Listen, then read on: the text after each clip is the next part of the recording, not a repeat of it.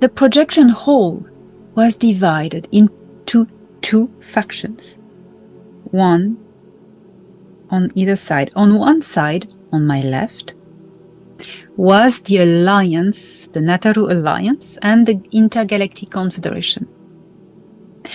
And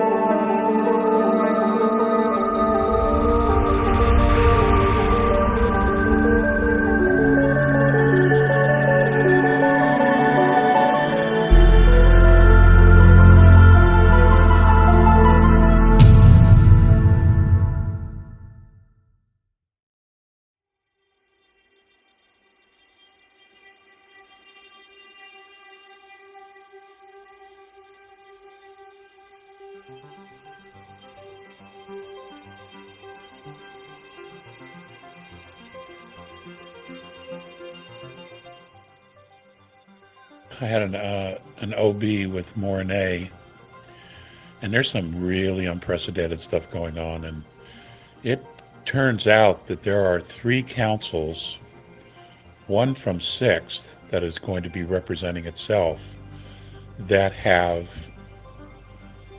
summoned Anu of the Anunnaki. And they're going to be talking to him directly about the situation with the sons, and specifically about the crimes that Enlil has done in many different places. So this is all going to go down. He couldn't give me time because I would not have been able to relate to when that actually occurred, but he said soon. The appointment or the meeting has been accepted by Anu.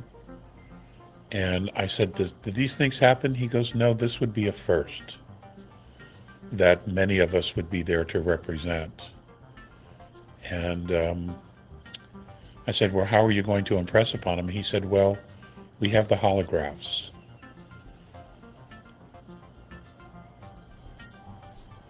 And we're going to ask the Father to intervene. And if he does not, then we're going to intervene. That's basically the choices he's going to have. So, wow.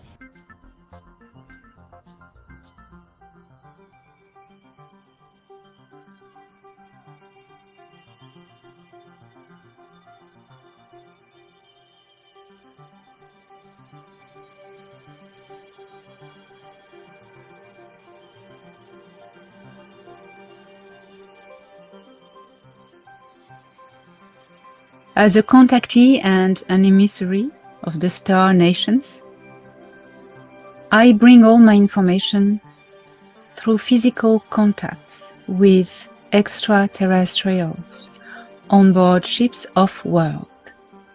I also bring information through technology.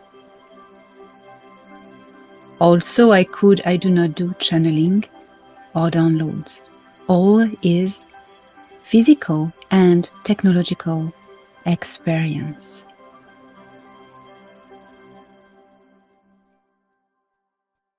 Here is now what I could witness on October 30th, 2022, as I was escorted by Thorhan Eredion, my contact in the Galactic Federation of Worlds, on board a scout ship of the Galactic Federation of Worlds, to a meeting place located on an undisclosed mothership of the Alliance, somewhere in the star system. There was an extraordinary council meeting going on using holographic projection as generally in use among the star nations. As I described in my book, The Cedars, council reunions never occur physically for security reasons that we can understand, and also commodity. Projection rooms can be anywhere, on planets, off planets, or on board ships. I was welcomed by Ardana, the High Commander of the battle station Excelsior from the Galactic Federation of Worlds, and a friend of mine, who led me to an antechamber where a very beautiful Zene woman waited for me. She was tall, blue skin, very delicate, but strong and royal.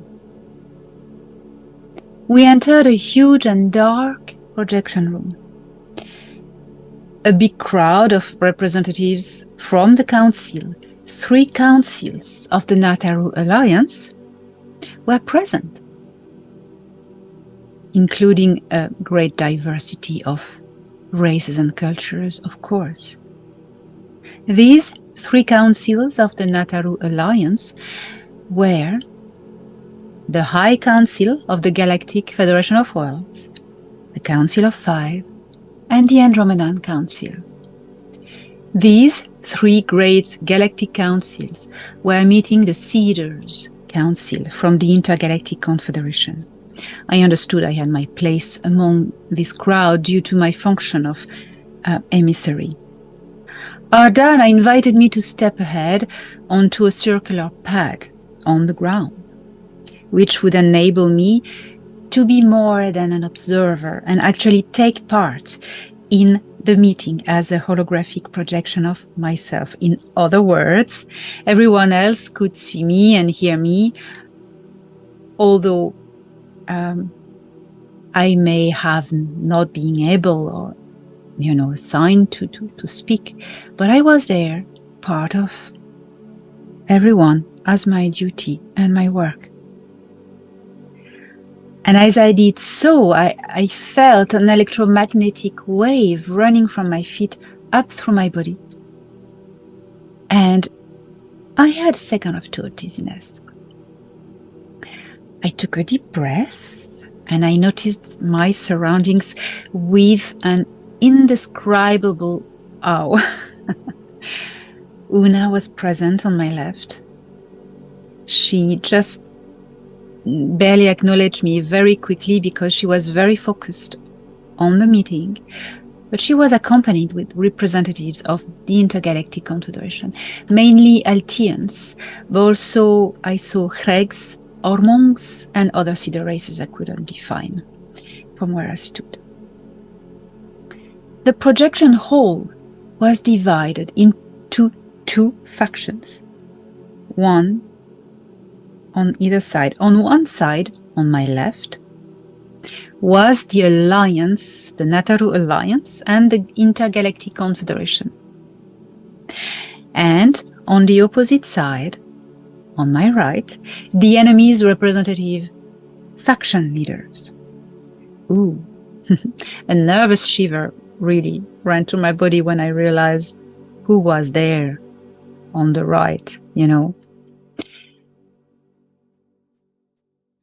I sense also Anax in the good crowd there with the Council of 5, but a bit far away from me to interact, but he was there too. Everyone was represented. And in the center,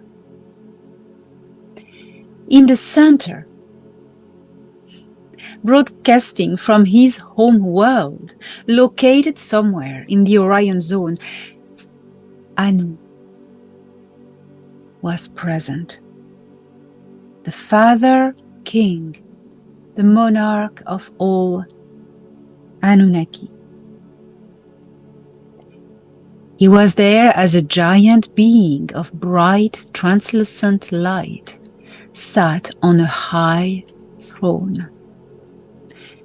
This throne was, in fact, in reality, a holographic projection chair. I couldn't tell if he was wearing clothes because his body was extremely bright. No wonder why the Anunnaki elite are called the Shining Ones. As Enki once explained to me, the Anunnaki elites do master the secrets of eternal life, and the components they use to sustain their body involves ingredients such as monoatomic gold. And Enki told me that these methods can make with time the skin glow, really shine. Anu was moving a lot, stepping down and back on his seat, walking around with large moves. He had a long, elongated skull and bright blue eyes. He was magnificent and looked massive. Visually, he measured, I think, about 12 feet high, but I do not know, okay, if it was his real size or magnified effect from the holographic projection, because Enki is not that tall. It's very tall, but not 12 feet high. But you know, with people, you can have different heights and sizes in the same race, you know. So either sides of the father's throne really reminded me of the biblical abductions stories, such as Enoch, when he sees God on his throne and the angels either sides, you know. And it was the same settings in this projection meeting hall. There was the main seat where Anu was, and this seat was a bit more elevated, and on the sides, the two opposite factions of the council, you know. So there were these two factions, and at Anu's right hand, so my left, because I was facing him, was Enki in a blue robe, sat in a large chair, standing alongside the Alliance. On Anu's left hand, on the other side, my right, was Enlil, in a yellow jumpsuit with black stripes on the side of its arms. He was attached to a seat by a collar and braces at his wrists and ankles. And I could finally see what Enlil looks like.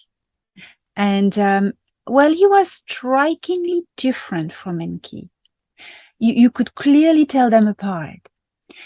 Enlil was taller than Enki and more robust, and his face was larger and stronger. He had a stronger bone structure, especially prominent cheekbones, and he had slanted eyes and a large nose, and the nose was a bit, you know, had a bit of bump, but large in the middle. It was really different. So I couldn't tell the color of his eyes really, maybe bronze or gold, something like this. His skin was clear brown, a little bit tanned. Enki's skin is paler, and he's more thinner, and he has beautiful blue eyes. So this being, Enlil, well, also his energy field was different. He radiated eons of power and military leadership. You could really feel, sense to this, what was coming out of him. But for now, I have to say, he looked as he was tied as a prisoner, and quite a little bit resentful and pissed off, I'd say. So standing in the center of the hall now, there was the herald of the Galactic Federation of Worlds, of the High Council. It's the Tengri I described in my last book, the Tengri I met already when I assisted High Council meetings. So this Tengri herald was enumerating the list of all misdeeds of Enlil and his followers, while in the same time there was an animated holographic display. It was ahead of the Tengri, a little bit up, that everyone could see. So that was showing what the Tengri was describing, and it was showing scenes like the sequences of a long movie. So when I arrived, this list had been going on for, I was told, 6 Earth hours already.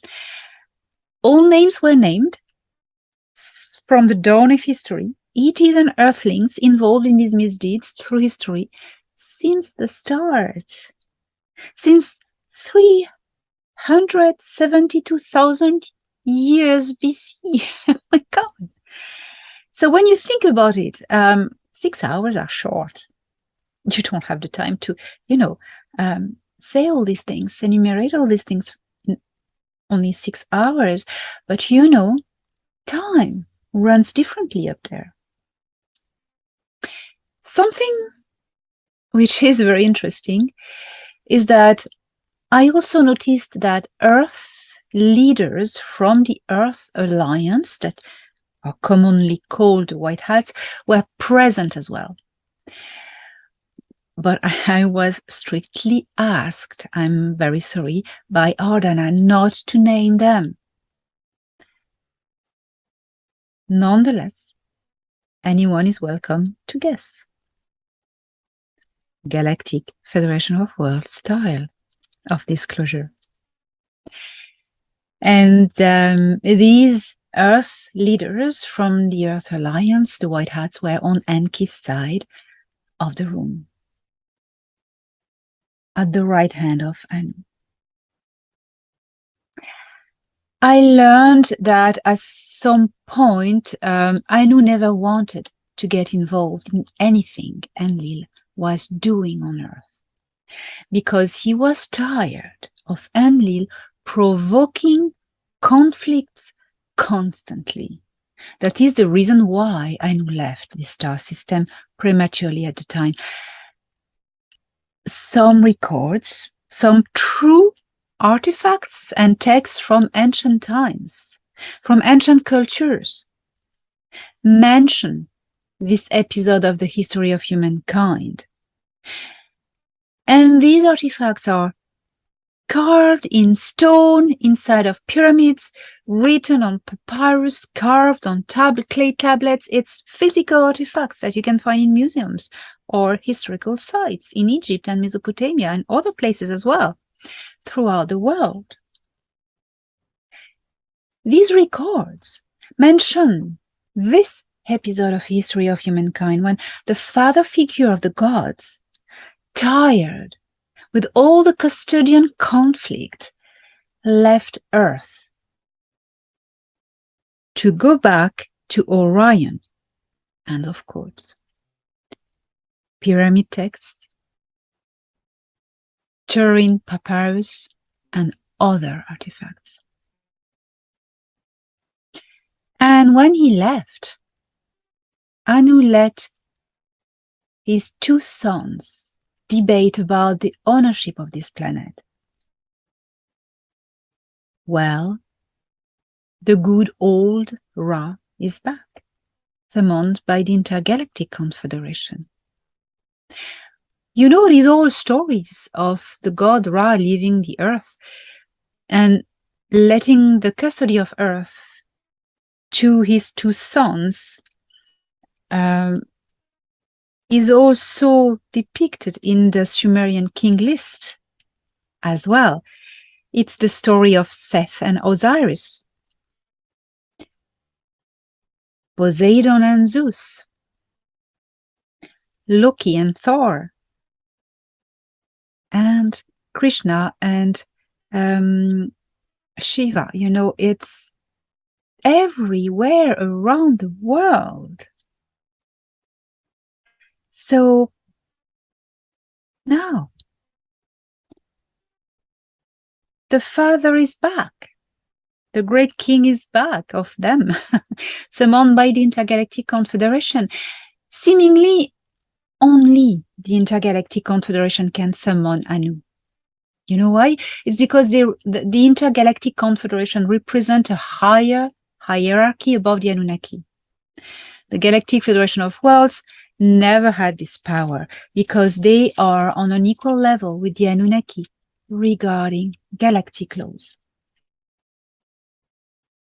I was impressed to notice on Enlil's side the projection also of a tall Sikaar reptilian being. He was absolutely massive. Probably one of their captured leaders. He was massive and had an impressive line of teeth that I believe were like a double row. Like there was a long one inside and a shorter one on the outside. Also, his skin was like a crocodile skin, greenish brown, and he wore clothes, like jumpsuit. It was a very, shiny black jumpsuit. And he also had impressive bat-like dark olive green wings that were tied in his back by metal clips. And he had a prisoner's collar as well, same as Enlil. And he was responding also for a lot of terrible things, obviously. I was wondering what this reptilian being was doing there, who he was. I understood he was an important enemy character and formerly involved in the deep state on Earth, of course, at a high degree, probably. But then I was told by Una after the meeting, because she gave me all the extra information afterwards, that this being underwent on Earth under the title Pindar. Interesting.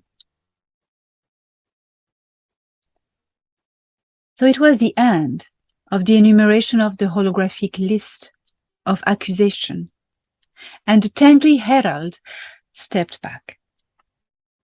Anu asked Enlil if he responded for all these accusations against him. And in these councils, it works by frequency. You cannot lie. Enlil said yes, without hesitation. He had no other choice than tell the truth. Anu and the Intergalactic Confederation seemed to be in a tense relationship. I could really feel it, and I understood why. When Tayel, the Eltian leader of the Seeders group, started to speak. Here is what he said. Well, when they found Earth, he said, the Anunnaki tampered with a genetic experiment belonging to the Intergalactic Confederation without asking them. So there was trespassing.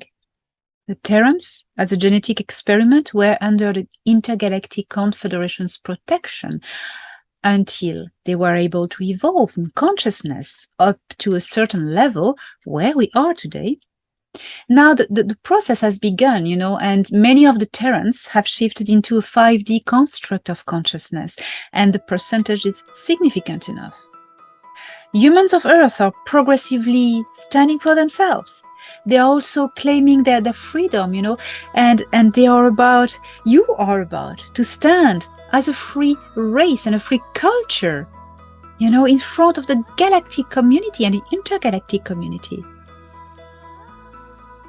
The Terrans, you, are becoming an independent, interstellar culture, and it changes the game.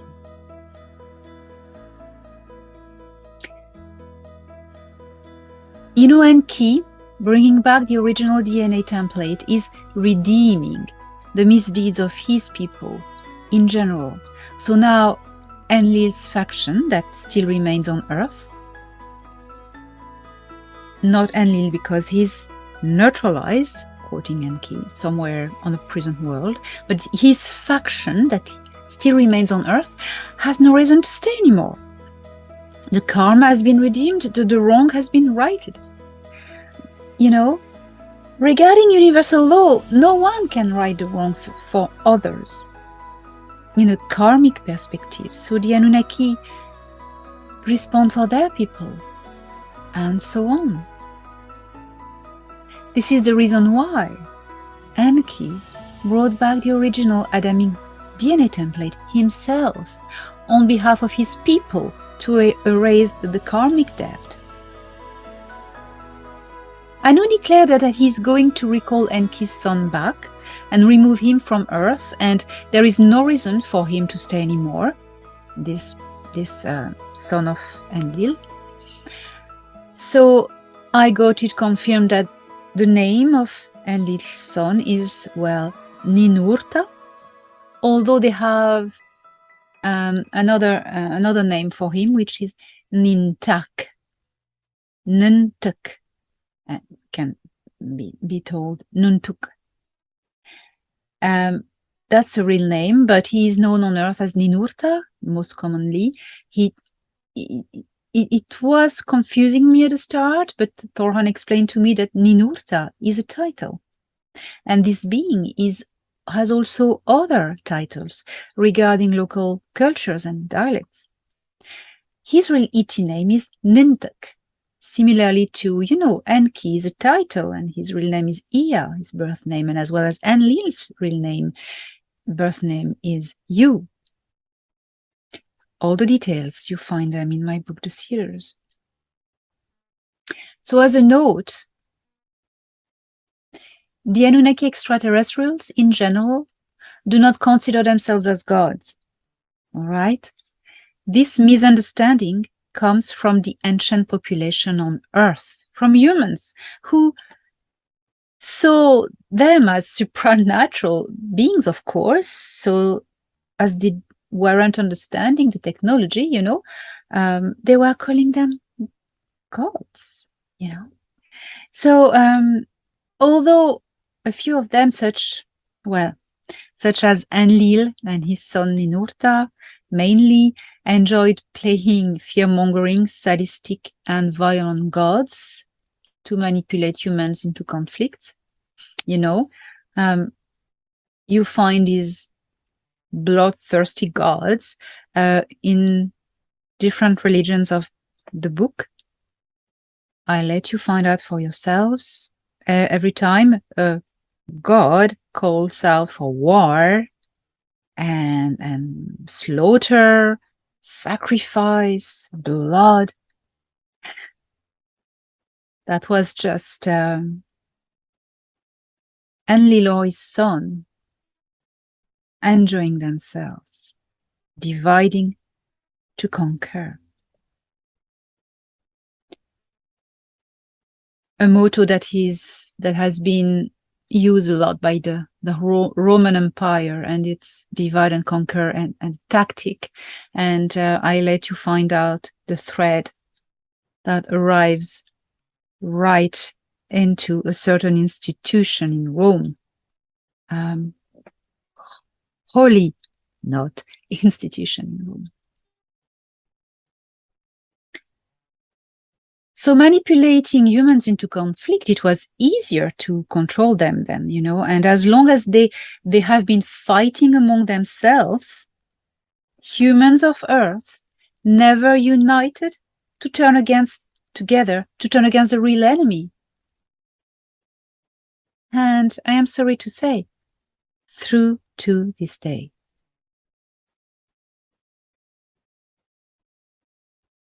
So to resume what I have learned when attending this extraordinary council,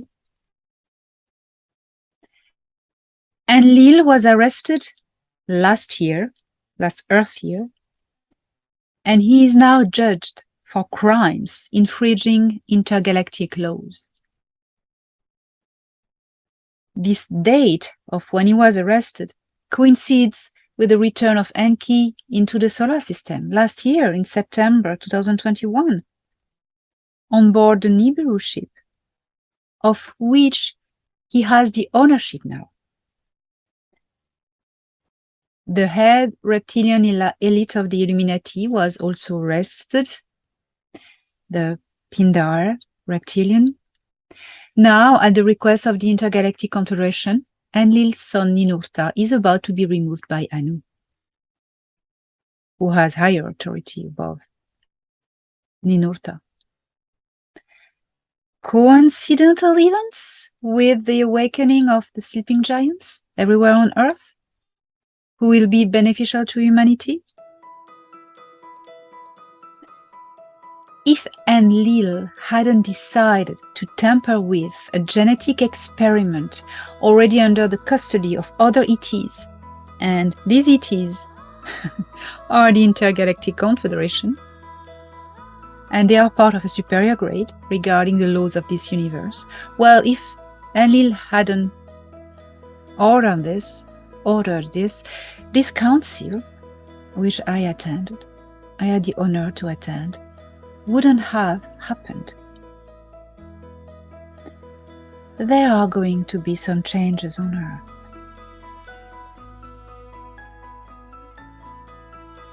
The old, corrupted world is dying, crumbling on its rotten poles into the depthless, decaying pond. As a human on Earth, it is an honor and a privilege and a responsibility to have chosen to incarnate into these biblical times. You are the warriors of truth at the time of the great apocalypse, when the light is being revealed and humanity of Earth stands free for the first time in its history. The gods who are back are no extraterrestrials. The gods who are back are the humans of Earth. You are the sleeping gods, finally awakening to your true nature, glory, and power.